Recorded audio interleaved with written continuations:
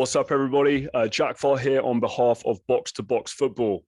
Manchester United fans, Erik ten Hag is in town. But don't worry, Ralf Rangnick, he's not going anywhere. He's going to be in a consultancy role in the boardroom, so you can ask him questions with all of his expertise and all of his knowledge. Oh, wait. No, he's not. He was your interim manager, and now he's not even doing his consultancy role. As per Fabrizio Romano, Ralf Rangnick leaves Manchester United due to the demands of his new role as Austria manager, international manager, where he never really gets to spend time with the team. It's going to be way too busy for him, I'm sure. By mutual agreement, Ralf will now focus solely on his new role and will not be taking up a consultancy role at Old Trafford. Now, kind of just for a bit of color in this situation, Erik ten Hag had his first ever press conference.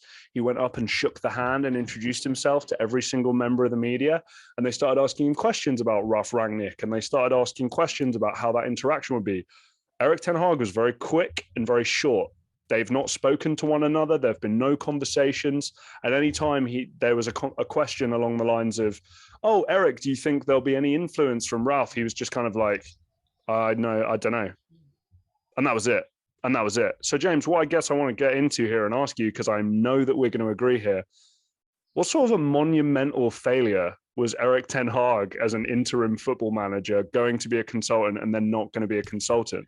The team did not try and play the football that he wanted them to play. The guys come in, alienated a couple of people. They talk about the dressing room atmosphere and all this kind of stuff. And now he's out of town. Your thoughts? Horrible. This Manchester United team is just a pure mess, Jack. The fact that they weren't able to secure the coach that they wanted to secure in the first place, to me, is just absolute madness. I think it just tells you that I think United were surprised at how this guy couldn't even fix us, and he couldn't fix us to the point that we were so bad. He decided, you know what?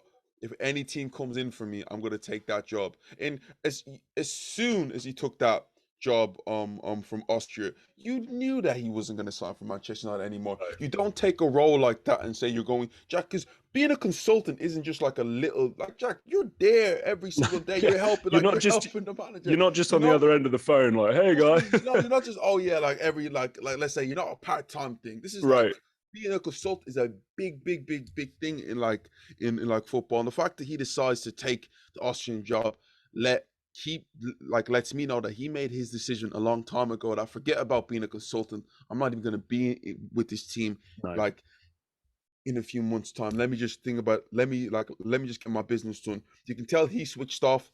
The players switched off. Jack, absolute disaster. And like the fact that Ten Hag, it makes me realize that I thought that Ten Hag would have wanted to speak to him and see this and that. They probably didn't even like meet eye to eye, Right. which is to me crazy right now. And the fact is, with Manchester United, that what direction are you going to go? Because I felt like Rangnick and Ten Hag would have worked really well together. Sure. They both have similar, Jack.